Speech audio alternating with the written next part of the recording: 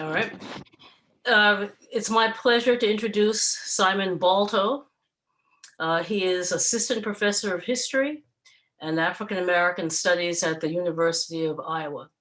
He's the author of the widely acclaimed Occupied Territory, Policing Black Chicago from Red Summer to Black Power, published by the University of North Carolina Press in 2019. Balto has also written for numerous scholarly and popular outlets, including Time, the Washington Post, the Progressive, the Journal of African American History, and the Journal of Urban History, among others. A graduate of our own doctoral program in history, Balto's work has resonated nationally with those concerned with the racial disparities in criminal justice, and he's been tapped to give lectures and presentations on the subject, both inside and outside of the university classroom. In addition to Occupied Territory, Balto has a second book in the pipeline, now titled Chairman, The Political Life and Legacy of Fred Hampton. This work is on the late Chicago leader, and it will make waves, firmly grounding Black power and Black radicalism into the historiography of urban history and politics. So it is thus with enthusiasm that I welcome Professor Balto back to his alma mater. Thank you very much, Gail. Thank you to the Havens Wright Center for inviting me. Thanks especially to Patrick, who's actually my neighbor. So in different times, this would look different, but these are the times in which we live. And I suppose that there's, this is as good a excuse as any to take a break from scrolling through the doomsday news, and trying to predict the future. So as Gail mentioned in introducing me, the book that I published last year is called Occupied Territory: Policing Black Chicago from Red Summer to Black Power, and that's really the kind of touchstone, the cornerstone, I suppose I should say, for this talk. And I want to make this talk just because I think it's politically important to do so, not really a kind of summation of the book purely through a historical lens, but rather to think about the book from the perspective of what it can do to help us kind of make sense of what is going on in the year 2020, at least in the context of racist policing systems and the resistance against them. So I want to focus mostly on offering some key points and some key takeaways that I think are important to consider. But I will start just kind of by framing a little bit about the book itself and about the chronology of the book, and because I think it's the chronology of the book that really has been important and has been the reason why people have been receptive to it, is because it has pushed back against a lot of kind of commonly accepted narratives about policing and punishment more generally, I think, in America.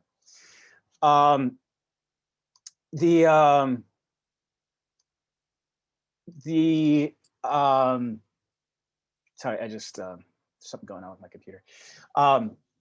So the book is really an overview of the development of an anti-Black repressive policing system in Chicago from kind of the 19 teens, and in particular the Red Summer Riot of 1919 in Chicago through the early 1970s.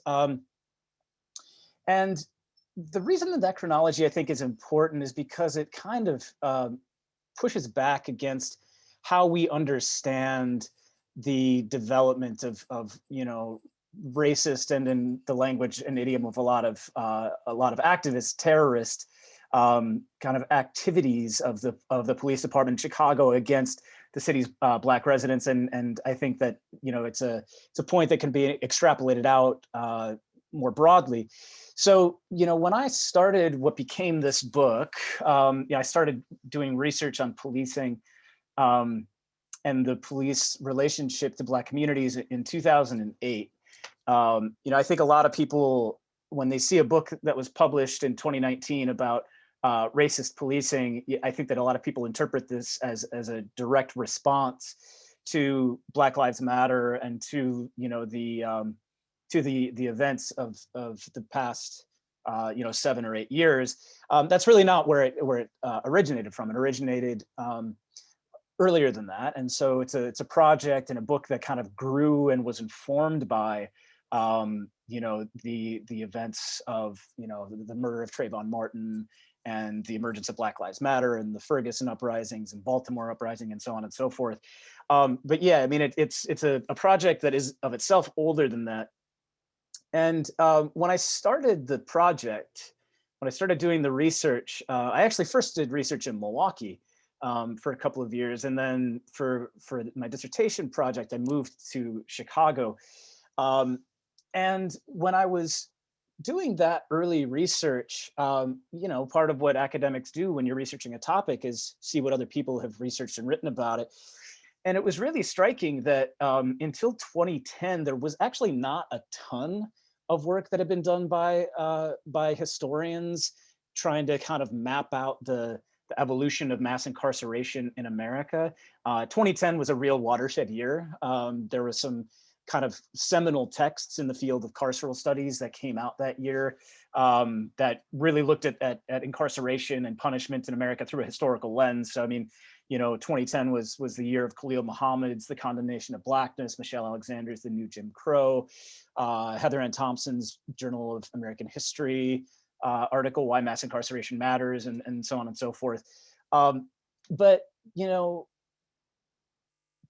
before that, and I suppose even after that, a lot of what was being written about kind of the evolution of punishment in America and kind of the origins of mass incarceration and the origins of the racialized nature of mass incarceration was characterized by two things that I think my book pushes back against. The first is that very little of that literature had much at all to say about policing.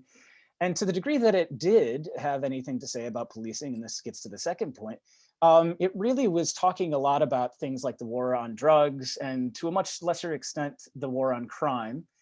And really sort of treated those wars as being transformative of American punishment writ large. And I certainly do not want to say that the wars on drug and crime were unimportant. They were absolutely important.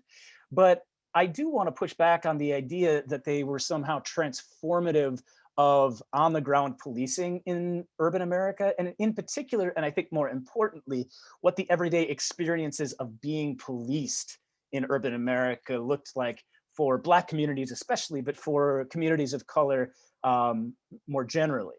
Especially by kind of the 1950s and 1960s and onward.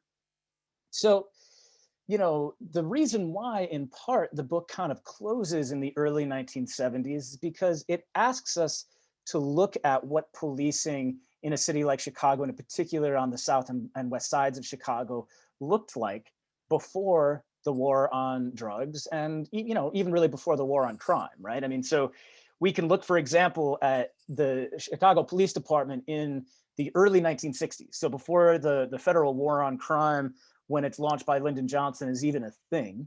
So we can look at it, look at the police department and see that it enjoys widespread bipartisan support within the political system.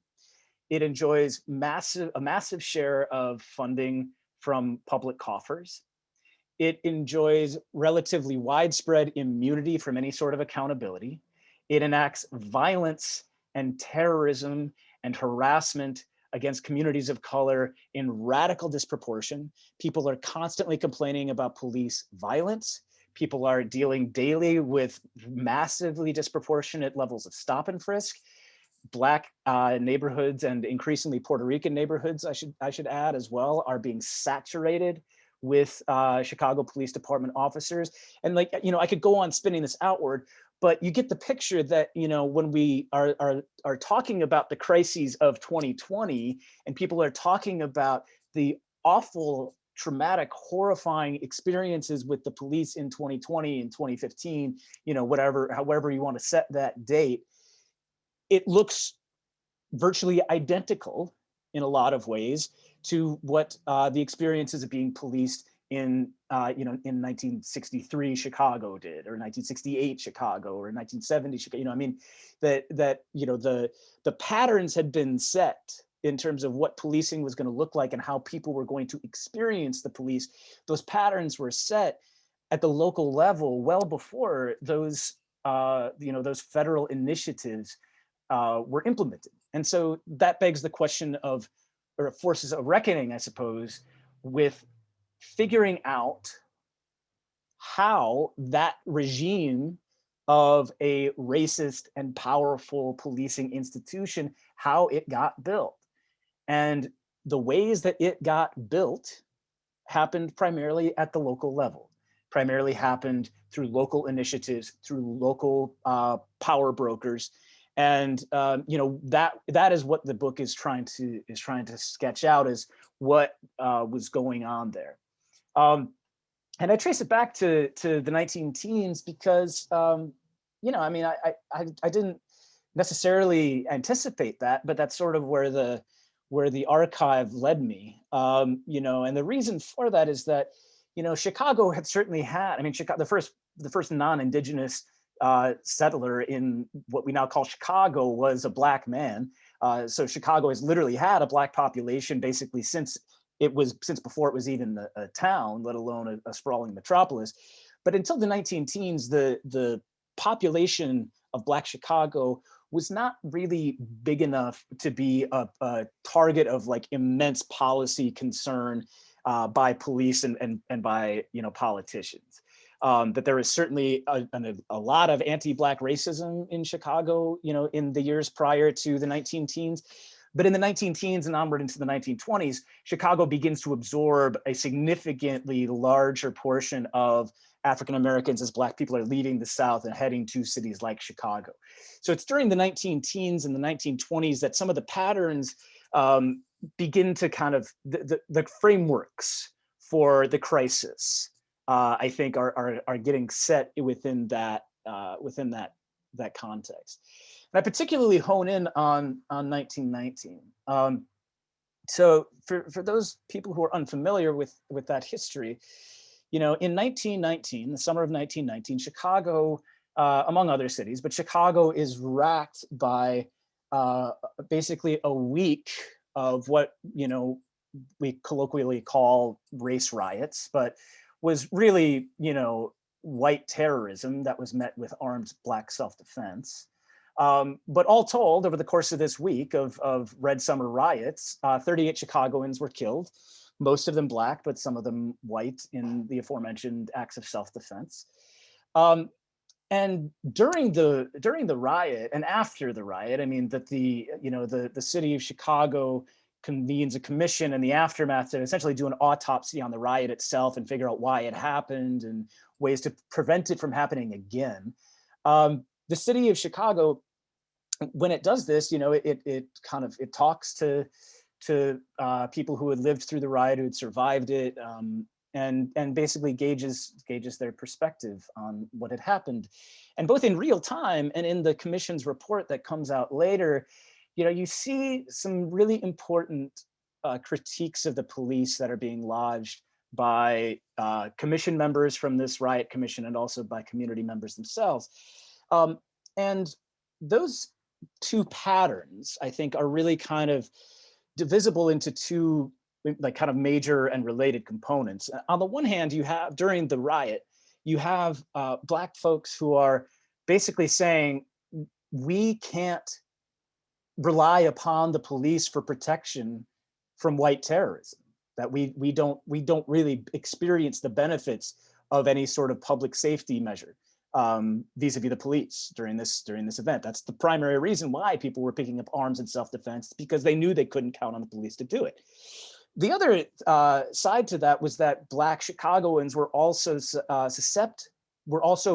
subject to increased violence by the police themselves, were subject to increased harassment and stop and search and arrest than were white people during the riot, despite the fact that white people were the primary antagonists within this conflict. It was the Black respondents to that antagonism that were largely targeted by the police.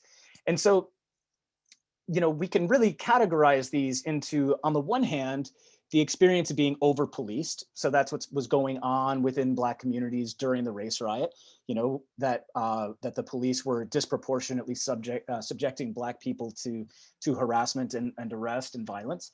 And then on the other hand, the experience of being underprotected by the police. So, an inability to count on the police to actually protect Black life and protect Black property.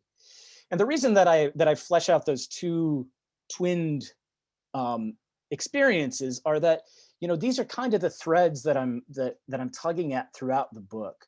And I think that this is important to follow these threads because, they were kind of pitted originally as sort of two different, two kind of different spheres of experience. But if you proceed forward through this history, you can begin to see how they are becoming increasingly entangled together.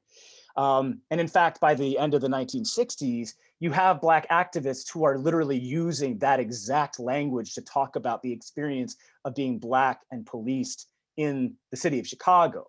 I didn't manufacture the language of over-policed and underprotected. That actually comes directly from an organization of Black cops within the Chicago Police Department, who talk about how, by the late 1960s, Chicago's Black neighborhoods are the quote unquote most over-patrolled and most underprotected in the city.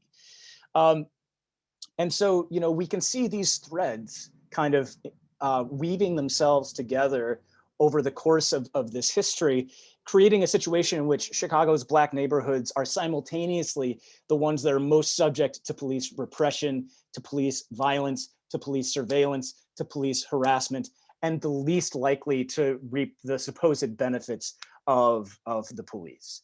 So that's kind of what the book does in sort of a broad macro perspective. But I want to just take some time to think about what's important within this history.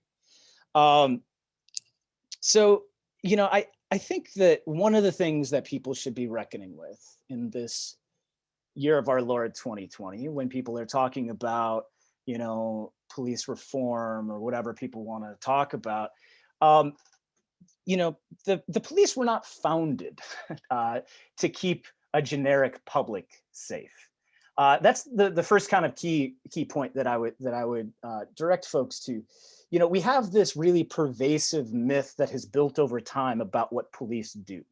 And police have been very active in cultivating this myth themselves and sort of being really effective PR strategists for themselves and for their institution and for their profession. And that narrative is that the police exist to, quote unquote, keep us safe. Right? With us in that phrase supposedly being a kind of undifferentiated, non-discriminatory, generic public, right? That the police exist to keep us safe. That is not why police were founded in the United States. So, the Chicago Police Department, to continue on with this example, but I'll draw in some more national stories here as well, or stories from other places as well. When Chicago first gets a police department in the 1850s, it is not because the city is in the midst of some sort of horrifying crime wave, or that, people are afraid to leave their homes after dark because there's some sort of homicide, murder spree or anything like that. The reason that Chicago gets a police force in the 1850s is because the civic and business elite in the city demand the founding of a police department. And they do so with a very particular goal in mind, a very particular reason in mind. And it's because they're concerned about primarily the social habits and cultural habits of the city's large and increasing population of European immigrants, primarily from Germany and Italy. So, communities that today we would presumably just categorize as white, But at the time, we're not really treated as such. We're not really perceived to be kind of equally trustworthy within the category of white folks within the pantheon of American ethnic hierarchy. So in particular, these city elites are concerned about things like the drinking habits of German and Italian immigrants and so on and so forth. And so the police department is primarily founded with trying to target and control those particular communities. And the other purpose of the police department, and the one that it really takes on with gusto in the coming years, is the police department serves as a vehicle for suppressing the labor movement in Chicago. So Chicago famously has a really robust and really radical militant labor unionism and labor organizing, especially in the closing decades of the 1800s. And the Chicago Police Department serves primarily as a hostile force to that labor movement, and that is great for the business elites, right? The business owners who want to prevent labor militancy, who want to prevent strikes, who want to, keep workers in line. They're thrilled that the Chicago Police Department is able to do this and able to do it fairly well, even though that leads to, even though doing it well often means that people die. But suffice to say that, the origins and early years of the Chicago Police Department are designed really to do two things. On the one hand, the police department is designed to control the behaviors of a particular subject population. And really, we might as well just say to kind of uphold the racial and ethnic status quo within the city. And the other thing that it is designed to do and does is to protect the interests of capital and to suppress the working class and suppress workers who are trying to gain better rights, who are trying to gain an 8-hour workday, who are trying to gain safer working conditions, who are trying to gain better pay, and so on and so forth. So in short, what the police department is designed to do and what it does in its early years is uphold ethnic and racial hierarchy and protect capital. The reason why I think that's important for people to understand is because I think that there's a very solid case to be made that that's what police continue to do. And Chicago is like all localities have their kind of specific contours that shape what the origins of police look like and what the early years of police look like. But I think that in most contexts, that same thing holds true. So, for example, Sally Haddon and other historians have looked at the origins of Southern urban police departments and seen the ways in which, though in those Southern cities, the early police departments bled heavily with the slave patrols, right? So that you have this institution in which white men are deputized to control, to surveil and control and essentially arrest people who are committing the crime of freeing themselves or freeing their family. And the origins of Southern police departments owe a lot to that institution. Actually, it's in a sort of related, middle ground story.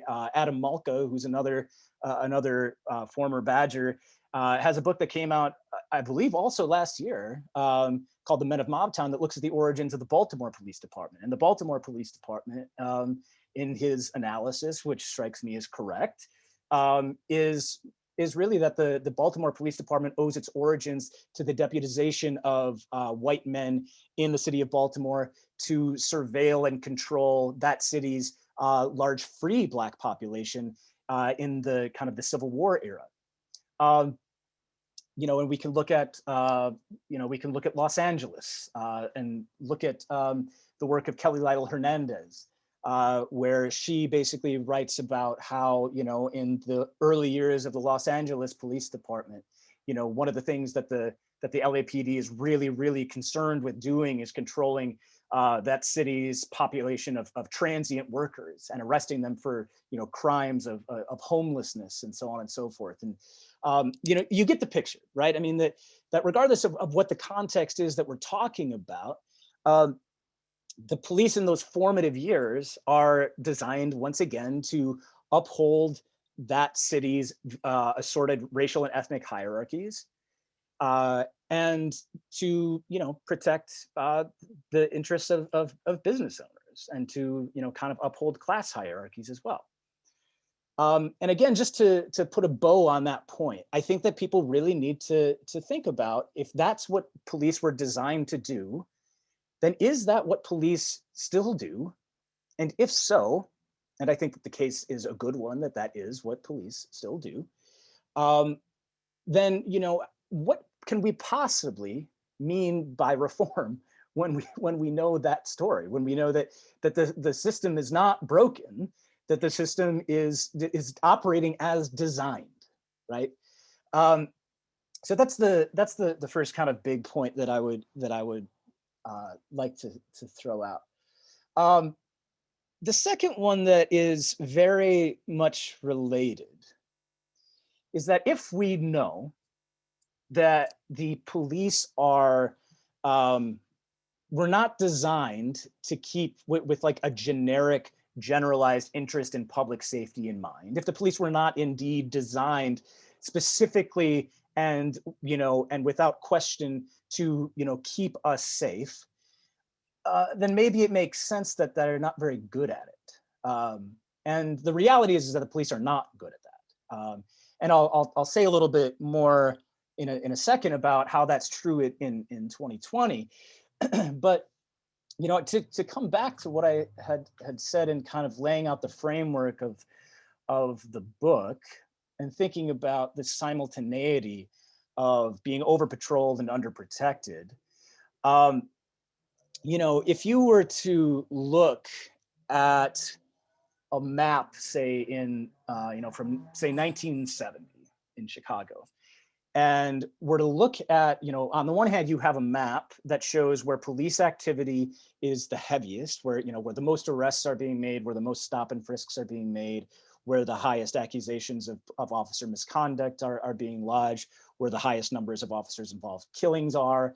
If you were to take a map that logged all of that police activity, and you were to take a second map of the same, again, of the same city, but were to have on that map where the most, or where communities are most susceptible to being victimized by violence, whether that be from from intracommunal violence, or whether that be from white racist violence, which was an ongoing problem in post-war Chicago. If you were to take those two maps, on the one hand of police activity, and on the other hand documenting unsafety and interpersonal harm, it's essentially the same map. That you can kind of just overlay one on top of the other, and the second essentially disappears into meaninglessness. That begs the question of what the point is. If the communities that are the most in need of harm reduction and harm prevention and harm reconciliation are the same communities that are already susceptible to increased police violence, harassment, surveillance, and so on and so forth, then you have to ask what the hell the point is of policing in those neighborhoods, right? Because it's clearly not fulfilling the function that the public narrative suggests it's supposed to. And I really think that this is an important point. We can look at recent, basically the current situation in a city like Chicago to really flesh this point out.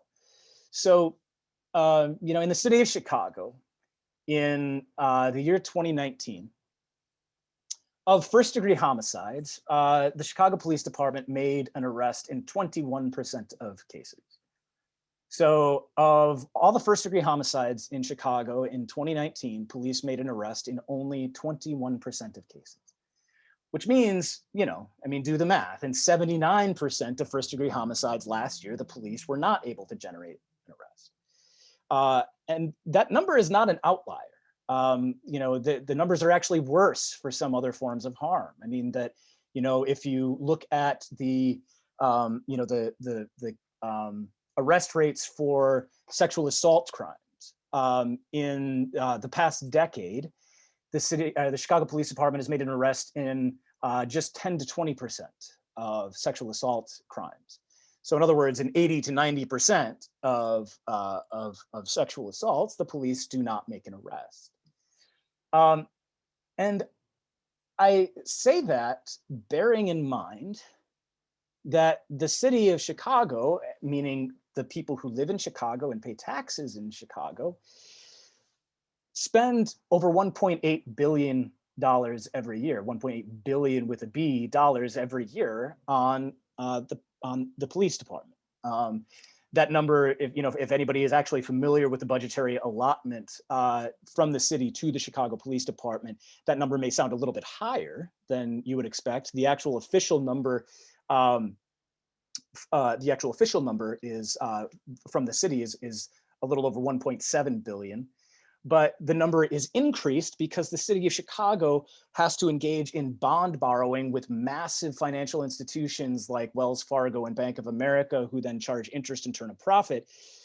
They do this bond borrowing to settle police brutality lawsuits because the police department can't stop brutalizing citizens.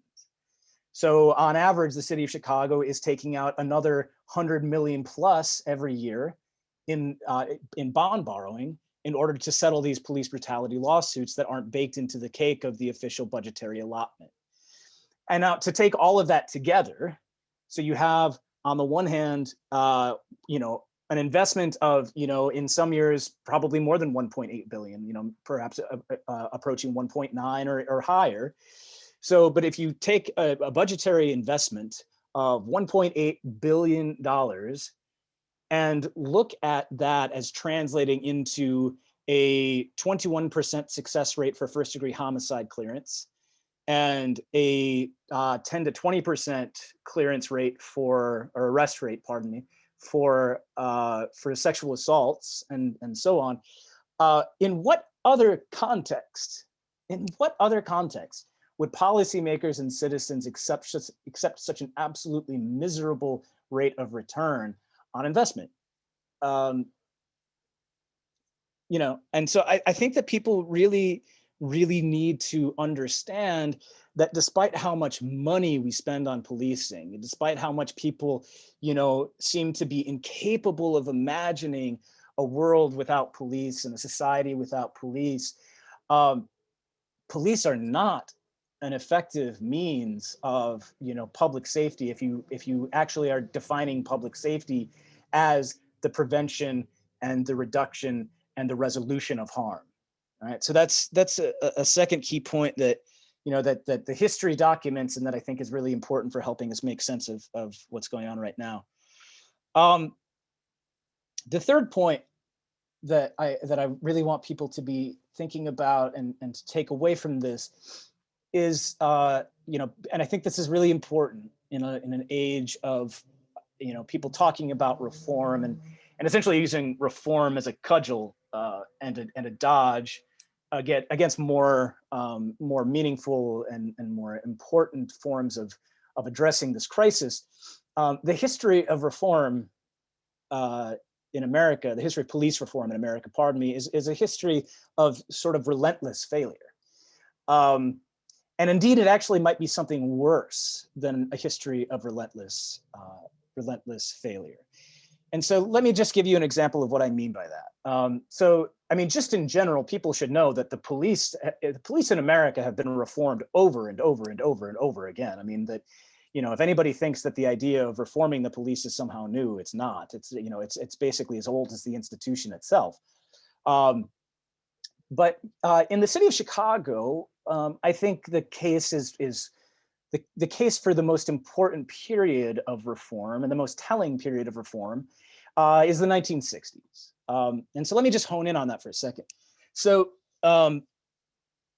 in 1960, a new superintendent arrives to lead the Chicago Police Department. So he's a guy named Orlando Wilson, who was one of the leading criminologists in the United States before this. He was the dean of criminology at Berkeley, actually, before he arrived in Chicago. But he was brought to Chicago basically to clean up an absolutely horribly corrupt, and just, I mean, an embarrassing police department. And so what that looks like for him is assorted forms of reform. Um, and the items for reform within Wilson's pantheon of tools really kind of fell into two. I think you could really call them kind of two different things.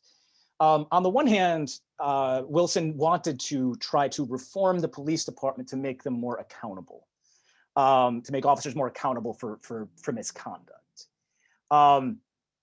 And on the other hand, he wanted to enact police reforms that would make the police more powerful.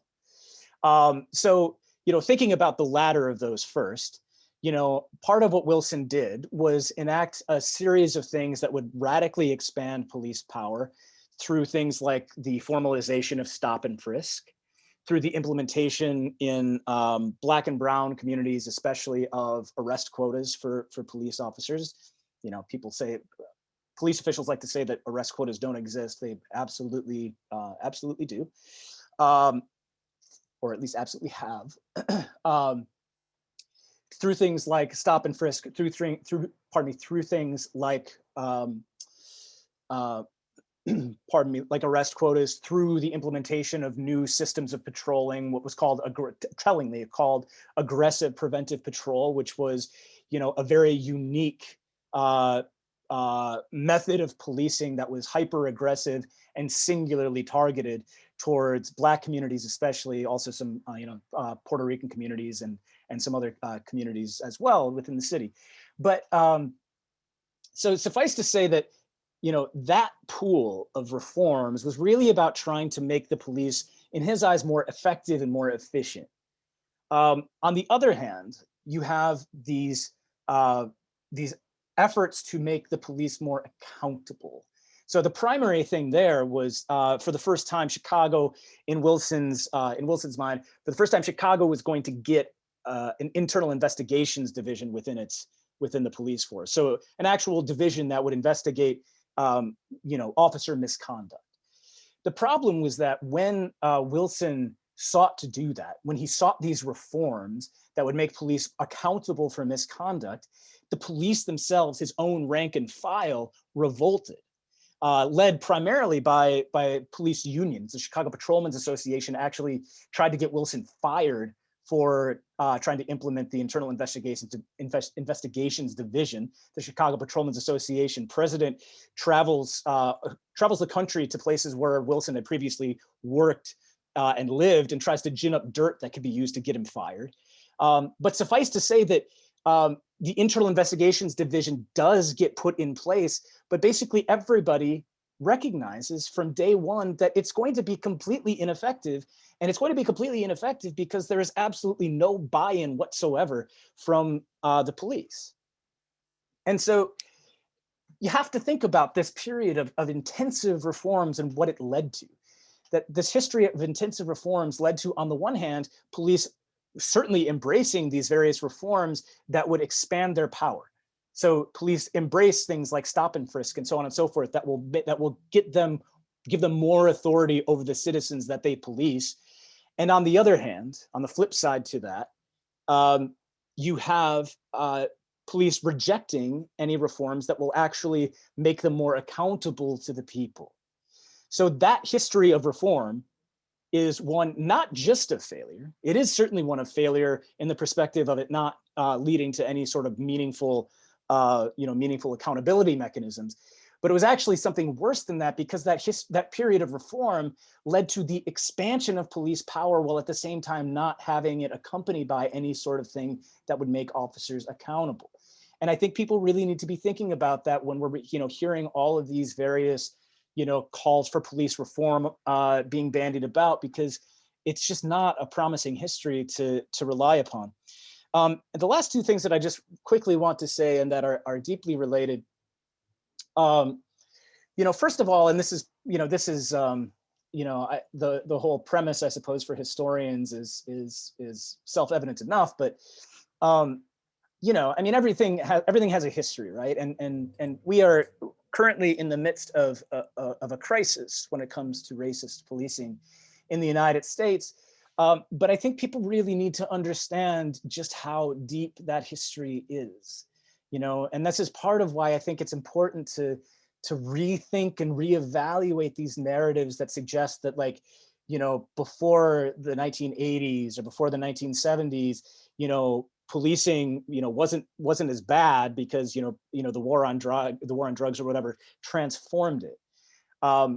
People need to rethink that, because I don't know what exactly people mean when they say reform, because that seems to imply to me that the police can be just simply fixed in some way, and we can get back to some sort of golden age of policing when there isn't such a golden age that exists, right? I mean, that policing was designed to discriminate against certain people, and so that's what it still continues to do.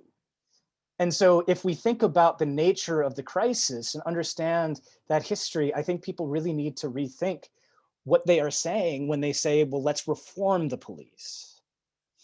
The final point that is directly conversant with that one is that just as the crisis is not new, resistance to it is not either. And I think that that's important to recognize. Like, we can look at some of the history of a city like Chicago and see how, the history and expansion and increased racism of policing was not an uncontested process. So I think here about, for example, in the early 1930s, during the Great Depression, one of the functions of the Chicago Police Department is to ensure that austerity measures like evictions are being successfully carried out without public disruption and public unrest.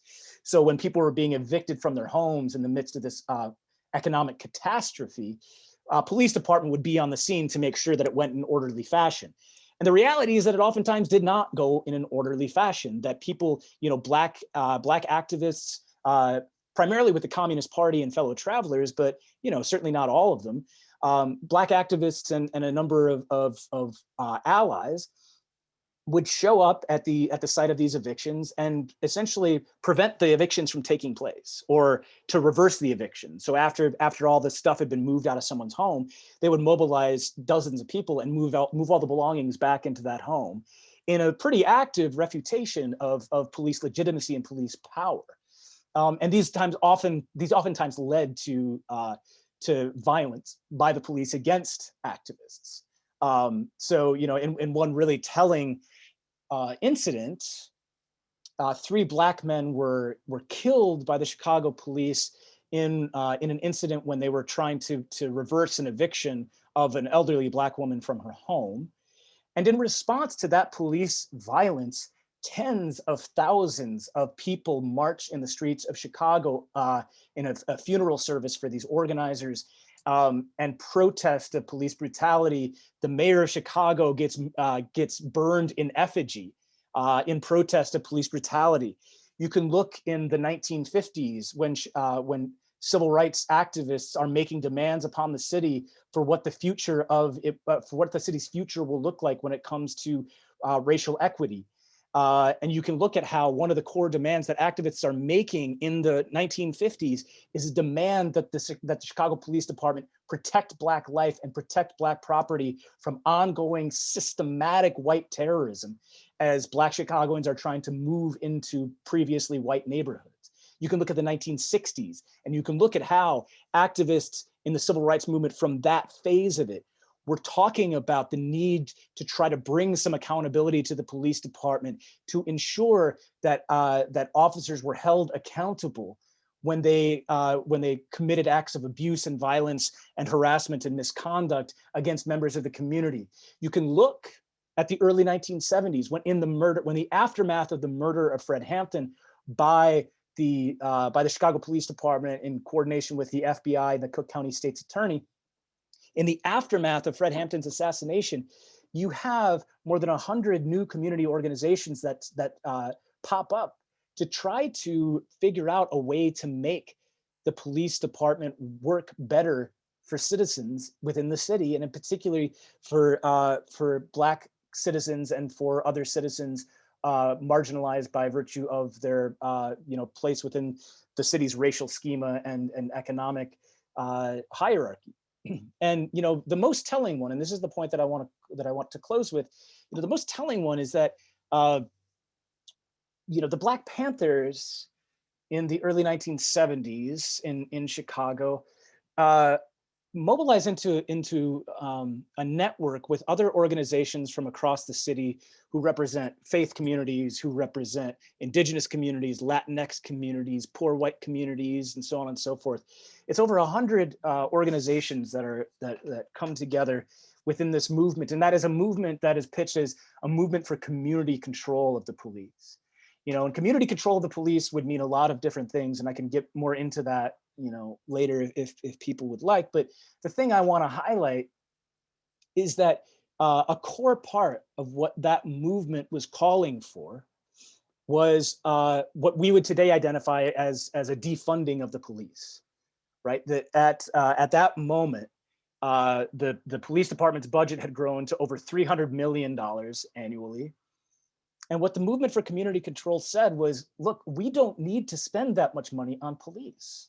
What happens if we take a huge chunk of that budget and reinvest it into things like schools, into things like community health centers, into things like job training programs, into the things that will give people, healthier and more nourishing lives, more opportunities, and so on and so forth. The specific language of defunding was not utilized because that's a more recently deployed specific phrase, but the actual idea and the spirit behind it was a central element of that movement. And I think that there's some utility and I hope some inspiration in understanding the current moment and the current movement as part of this longer, longer thread of resistance to the crisis. And I will end things there and look forward to any questions that people may have. Well, that was really fabulous. I'm sure that if we were here and if all together in person, you'd get a rousing round of applause for that. Also extremely timely, but of course, a main point you're making is that it's always been timely. So we're going to move now to questions and comments, and I'm sure that a number of people are interested in offering some questions and comments. And the way that we're going to proceed is that if you look at the bottom of your screen, there's a menu there, and one of the items there is participants. If you click on that, you'll see there's an option for you to raise your hand. That will alert me that you want to either ask Simon a question or make a comment. You can also do it via the chat function. And that is the item immediately to the right of the participants item on the menu there. What we're going to do is we're going to collect 3 questions at a time and then proceed to letting Simon respond to them. So I've got an indication here that Alan Ruff would like to ask a question. Alan will go ahead and unmute you or ask you to unmute yourself, give you the ability to unmute yourself. So, and the other thing is that I would like you to activate your camera if you would.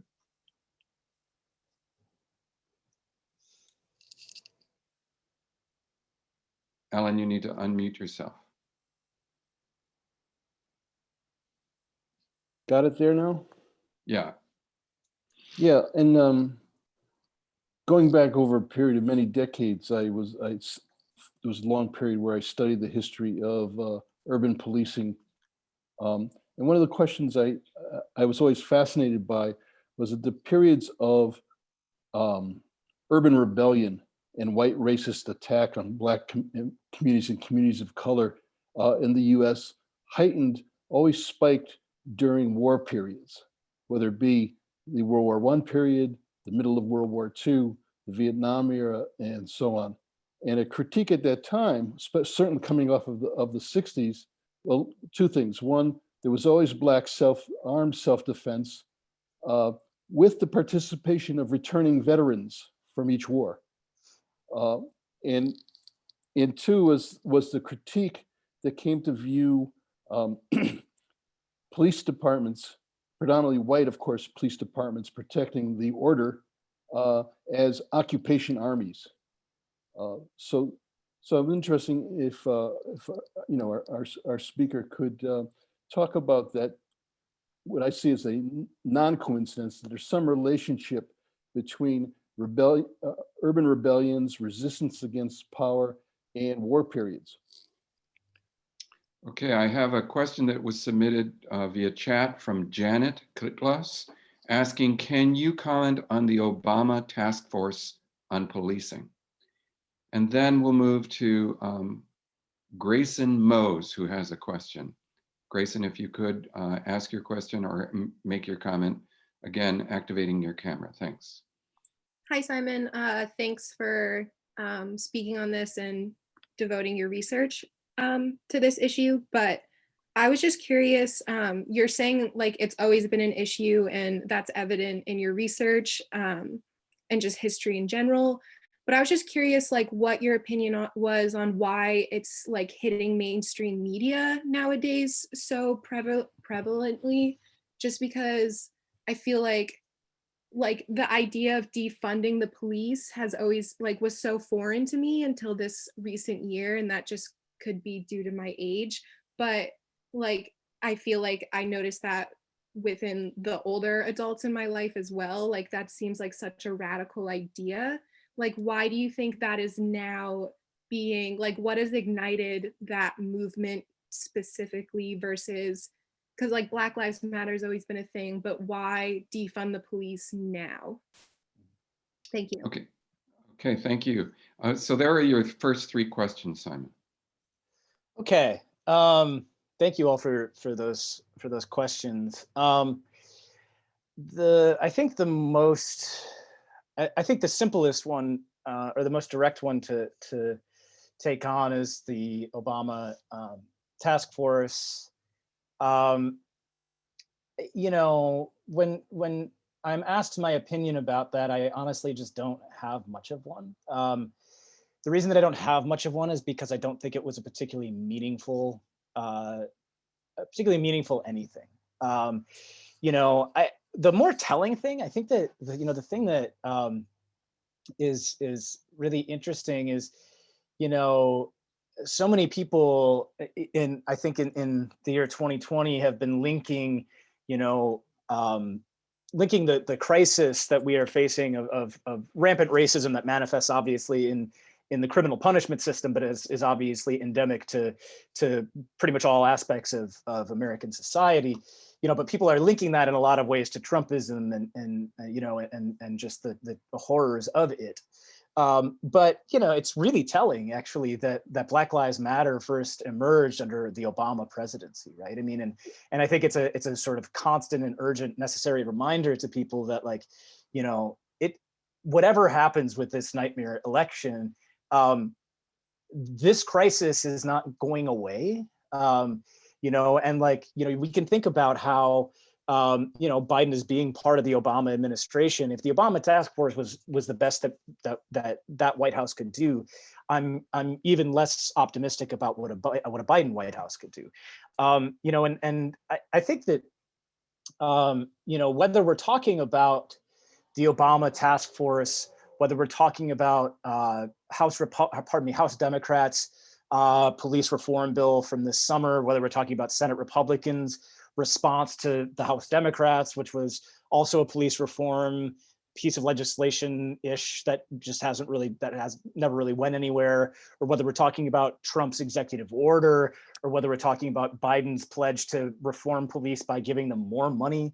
You know, all of these various things are all in line in the sense that they don't understand the nature of the crisis. They don't understand the history of policing in America. They don't understand, you know, the ways in which, you know, this is a house fully aflame that people are just dabbing at a window ledge with a wet paper towel, right? I mean, that, you know, so all of these various federal reform initiatives, you know, I mean, and obviously, like, it's a good thing I suppose if the Chicago Police Department and other police departments like it are brought into these consent decrees where they're, they're basically tasked with, getting better, being somehow less racist and somehow being less violent.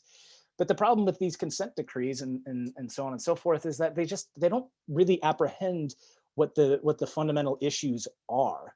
And they also serve the purpose of kind of further embedding the legitimacy of the process as though, police departments and police officers are really actively and happy participants in a process about reforming that would ultimately threaten their power. And so it's all a long way of saying that I don't have a lot of opinion on it, because I don't think that I don't think there's anything remotely transformative about it. And I think that the only solutions that I'm particularly interested in are ones that would be, transformative. So I mean, I think that naturally segues into Grayson's question, about why all of a sudden, pardon me, defunding the police is in the news. When Black Lives Matter itself as a social media call and then a movement has been around for close to a decade now, I suppose.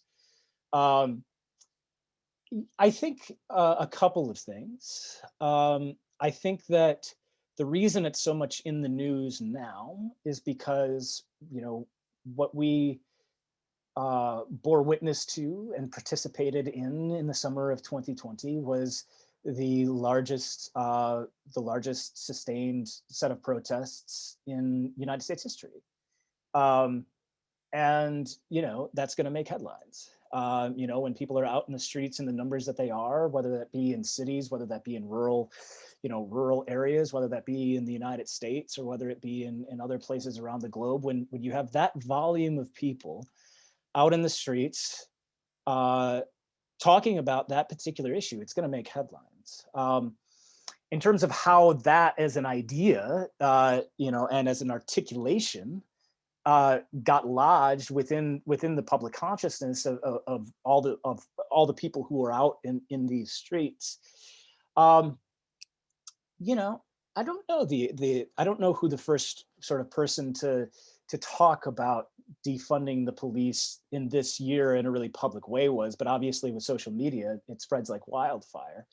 But I do want to come back to to something that I said in closing, which is that the phrase defund the police is new, but the actual idea, the concept of it is not, right? I mean that the effort for community, that push for community control of the police is now basically 50 years old, right? And as I said, they didn't have the exact language of defunding the police, but they had the same idea of defunding the police.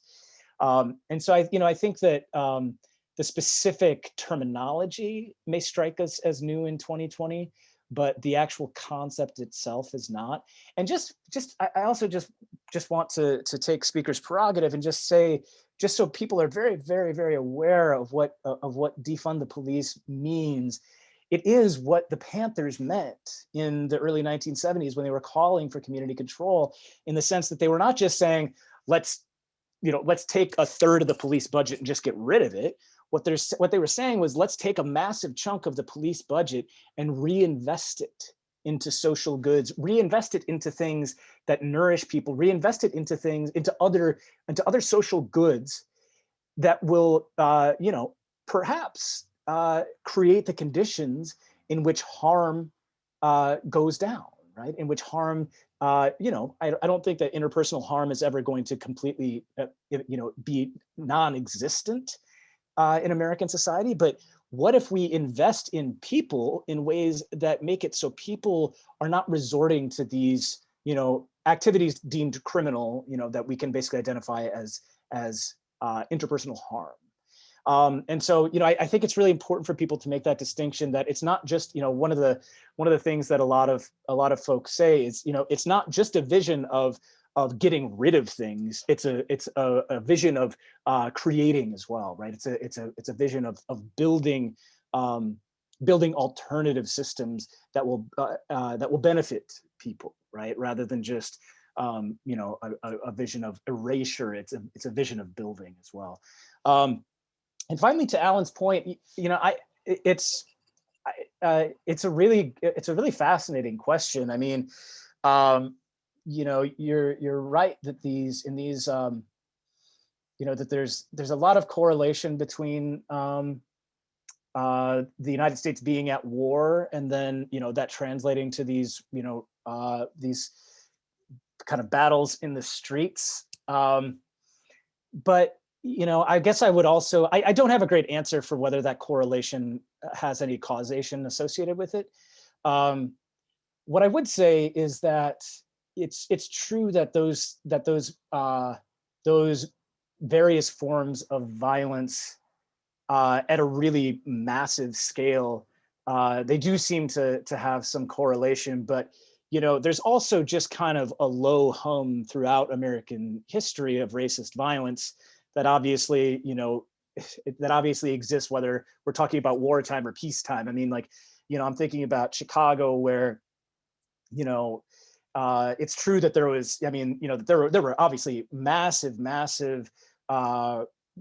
incidents of racial violence across the country during World War II. I mean, you know, Detroit being probably the most famous example. But,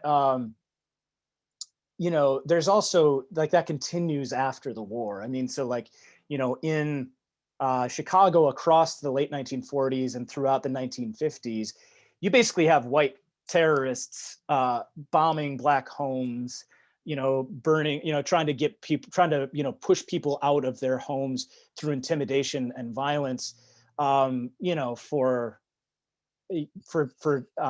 many years after World War II as a response to neighborhood integration. And so you're right. I mean, that there's a lot of correlation. I can't speak from any sort of scholarly perspective about whether that correlation has any causation or not. But I appreciate the thought, because it's a really interesting one.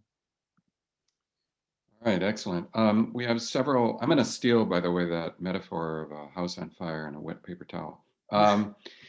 We've got several other questions, starting with Edward Poe, who what I'm going to do is I'm going to ask you to unmute yourself, and then you have to do that, and then activate your camera.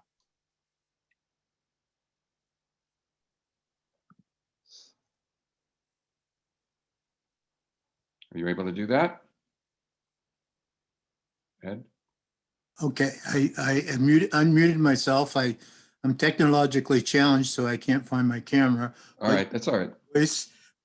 I don't know where my camera is. But in any event, that was a very interesting presentation, and I've got some comments and a question. Mike, okay, start my video. Okay, all right, there you go. Yeah, all right. You were talking about the purpose of the police is to protect the upper class against infringement by the lower classes. I know that in New York, there was never ever any problem with in Chinatown about crime against other people, but there was a lot of crime in Chinatown, but only against other Chinese, so it wasn't considered important, so they didn't even investigate it. Black on black crime, you mentioned in your talk that that's really not a concern of the original concept of policing, so therefore it doesn't receive the attention that black on white crime would receive. But my input is, you know, I'm from New Jersey, and there are many private cities, gated cities in New Jersey with their own private police forces and their own private fire department. And I'm thinking the two cases, one after Katrina, when the people were housed in that stadium, and actually the gangs served to protect the people, and the people were congratulating the gangs on the protection, and they gave them Kool-Aid and stuff like that. They were very happy with that. And there's a group in New York, I forgot what they call them. They use a red berets, and they would escort people back and forth and stuff like that. They served like auxiliary policemen. So, and when you talked about defunding, you pointed out it's really not defunding, it's using that money for other purposes. And I think that's a really good idea for instance, Black communities to invest money in certain services that policemen really don't have to do, like check if a car is parked wrong or something like that. Those people in the community could do that and get the income to sort of partially support their effort. Police are really only needed for extreme things, and they could be called in by this same community type group. So I think there's a big role for community policing themselves, but they have to have funds and to enable them to do that. And that would give employment to a lot of people also. You probably wouldn't have gangs if you hired the gang people to be part of that service that's rendered. So what is your take on that? Okay, thank you. The next one comes from Ben, who's raised his hand. Hi, thanks, Dr. Balto, for speaking. In your talk, you outlined how sort of policing is this fundamentally white supremacist institution. And I'm curious to sort of hear your thoughts about the increasing sort of diversification of the police in spite of this like structural role, particularly with like Latinx folks who that I believe that sort of dynamic within the institutional structure of the police in the United States came to the fore when it was publicized that it was sort of a Latinx man who was the killer of George Floyd, right? So I'm thinking in the context of the unique position that Latinx people in the U.S. hold in terms of racialization and relative to white folks and Black Americans as well. So yeah, I'm curious to hear your thoughts about the racialization of the police and the increasing, diversification in the face of the structural role that the police play in this country. Okay, our third question in this cluster of questions comes from Boyd via chat, who asks, how do you situate the significance of the role of policing within the larger narrative of racial capitalism? So those are your three questions. Boy, that last one's a big one. Let me. I think I'll just try to take those in order. Thank you, Edward, for the comments about I mean, what we're really talking about here is yeah, like, and that's a core aspect of defunding, is about imagining other modes of reducing and preventing and reconciling harm that wouldn't need to involve the police, right? And so and like the thing that is to call back to a comment or something that Grayson commented on about like defunding striking a lot of people across the country as being this like radical crazy idea. There's actually models for what that could look like. I mean, and like when we're thinking about defunding, I mean, and I think that this was a little bit implicit in Edward's comment that police in the United States are, you can look at it however you want. You can look at it as empowered to, or you can look at it as tasked with doing so many different things that we would not necessarily think about as having any real relation to like to public safety.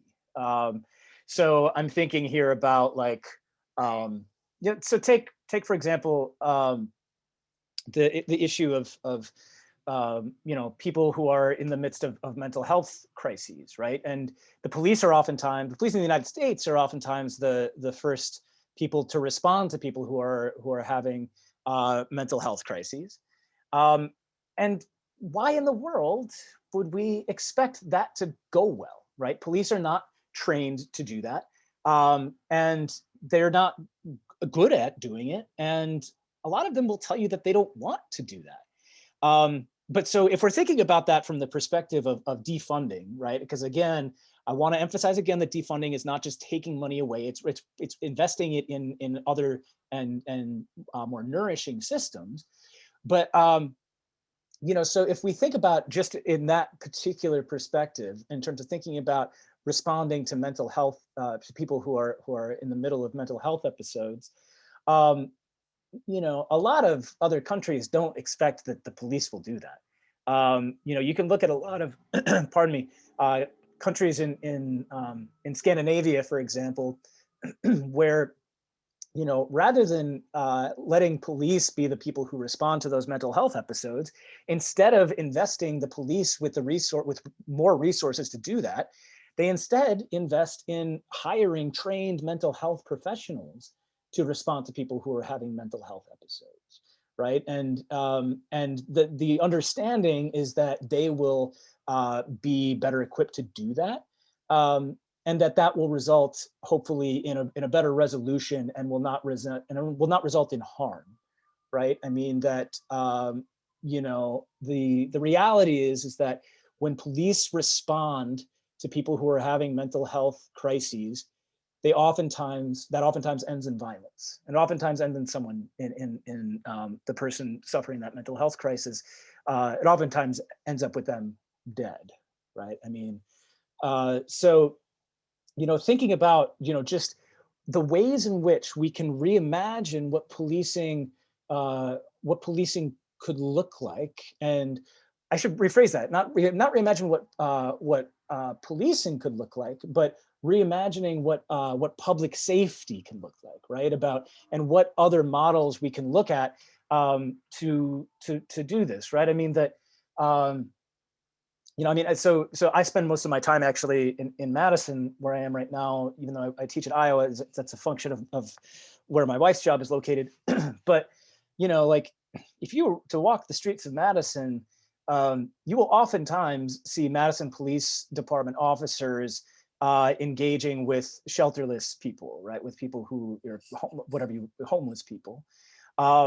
And that's a huge part of the regulatory function that police in a lot of cities perform, right? And it's one of the things that a lot of police in Chicago do as well. Is regulating the behavior of homeless people. Making sure that they're not doing certain public behaviors, and oftentimes arresting them if they are, and so on and so forth. And you can look at other models. You can look at again, I believe it's Sweden. That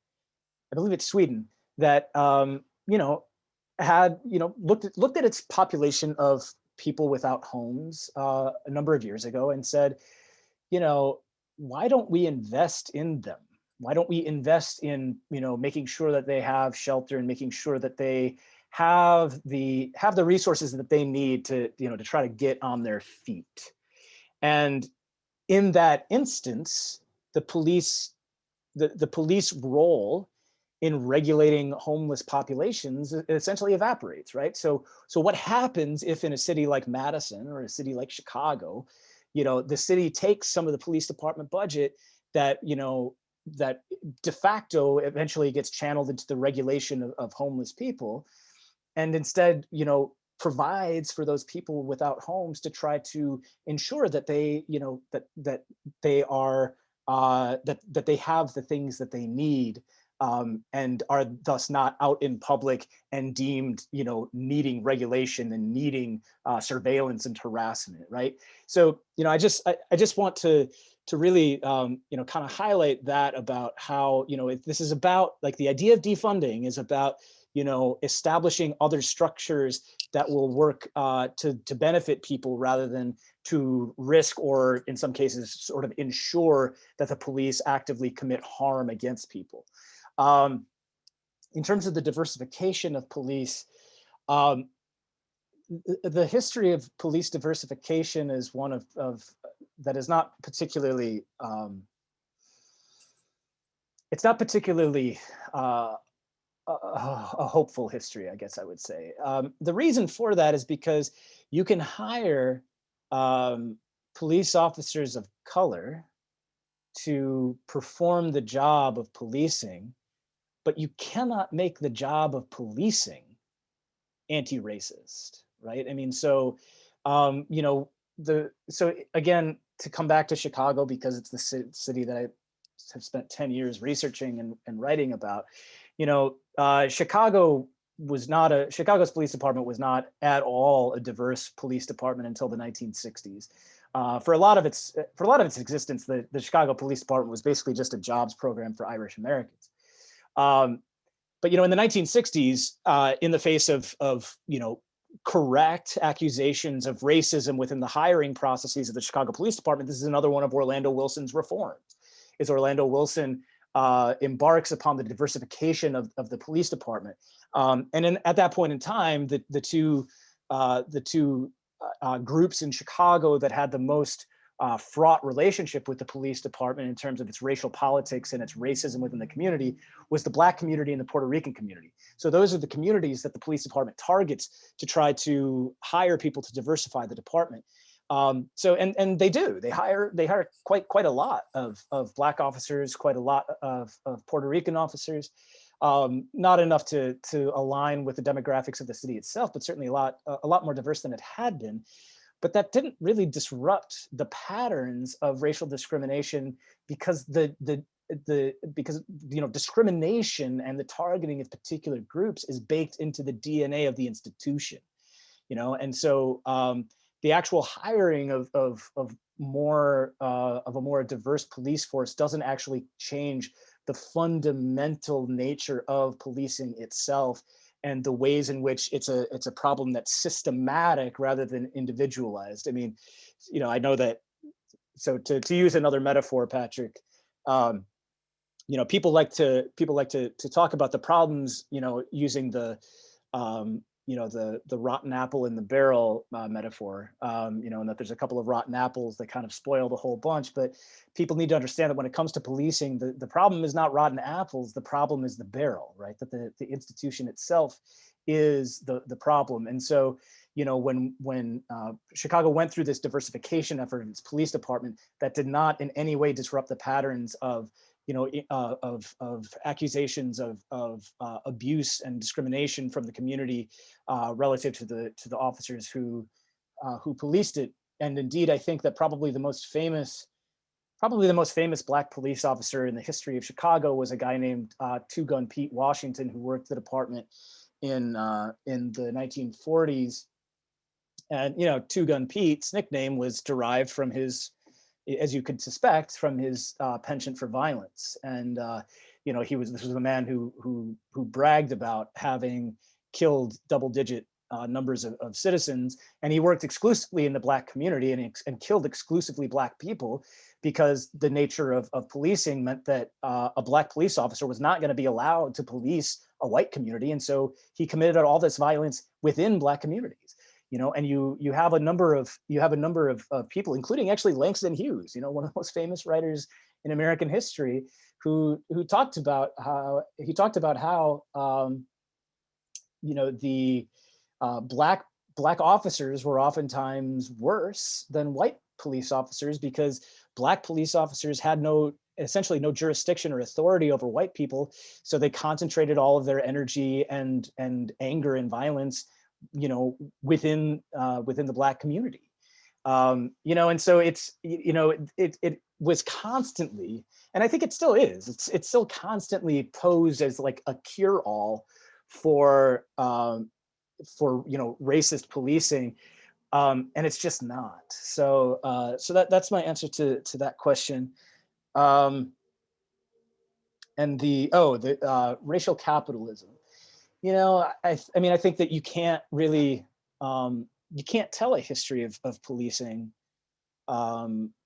in the United States without thinking about racial capitalism, I don't think. I mean that, you know, because the history of the police is the history of the maintenance of the status quo and the upholding of racial and economic hierarchy. And you know, we live in a society governed by racial capitalism that ensures that, you know, that race and economic opportunity are directly linked, right? And so, you know, if we think about the policing function as that twinned mission of controlling controlling and protecting a racial hierarchy on the one hand, and on the other hand, protecting economic and class hierarchy.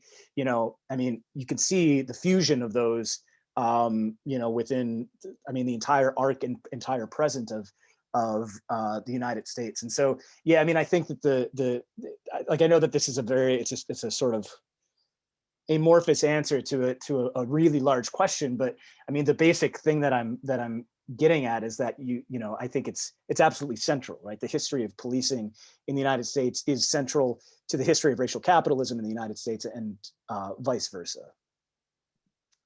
All right, so we're very close to our end time, but we have a long list actually of additional questions, but I think we only have time for one more. This one comes from Rebecca Campbell via the chat, and she says, it's a little longer question. In 2016, we saw an even more sustained months-long protest at Standing Rock and a massive police response where over 400 local law enforcement agencies from throughout the country traveled to North Dakota to suppress the protest at the behest of Energy Transfer Partners. Dane County Sheriff Mahoney was a key architect of that response, and he has said that experience fundamentally changed policing nationwide due to the dissemination and practice of suppression strategies and techniques. At the end of May this year, we saw dozens of cities' police responses to social unrest play out in exactly the same way using very similar tactics. What do you know or can you say about this kind of coordination between law enforcement agencies around protecting corporate assets amidst social unrest? Am I just taking that as a standalone? Yeah, we only have time for that last question, and I imagine it's a robust enough one. It's a great question, and I think that we need we're going to need more in the way of kind of systematic study to really get at that question, because it's not one that has been really at least in the literature that I'm familiar with, it hasn't been really forcefully addressed. But I think this also speaks a little bit towards, it gets back a little bit towards Alan's question about the relationship between war and policing. And Alan actually wrote privately to me in the chat about that a comment about the broader historic militarization of the police, right? And like the response that we saw at Standing Rock, and the responses that we've been seeing this whole year to sustain protest, are part of that larger arc, right? Of a really incestuous relationship between, on the one hand, the military industrial complex and American police forces, right? I mean, that American police departments literally buy weapons grade or military grade weaponry from the military, right? And so it's this back and forth exchange of, literally cash for guns between these two law enforcement agencies. And yeah, I mean, the primary purpose of that, is and always has been to, in a lot of contexts, repress rebellion. And to, a core feature of the repression of rebellion is oftentimes to protect corporate assets. So, we think about how, to go back to the 1960s, for instance, the 1960s were very famously, and people have been talking about this a lot in the news this year, because it seems like the analog that people fall back on most often. But, the 1960s were very famously a period of massive unrest in American cities.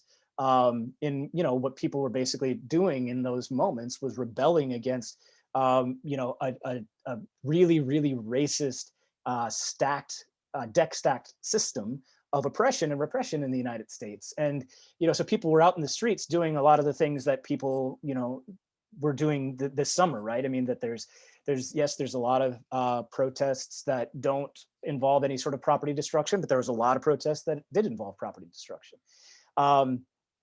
And when things, when property starts getting destroyed, that's when you see the police really spring into action, right? I mean, and that's the direct that flows directly out of that, long-standing police interest in protecting capital, right? I mean, and so the larger relationship between the protection of corporate capital and the police deployment to ensure that protection of corporate capital, yes, that was what was happening at Standing Rock. Yes, that was what was happening, with a massive deployment of police with, with military equipped with military grade weapons this summer.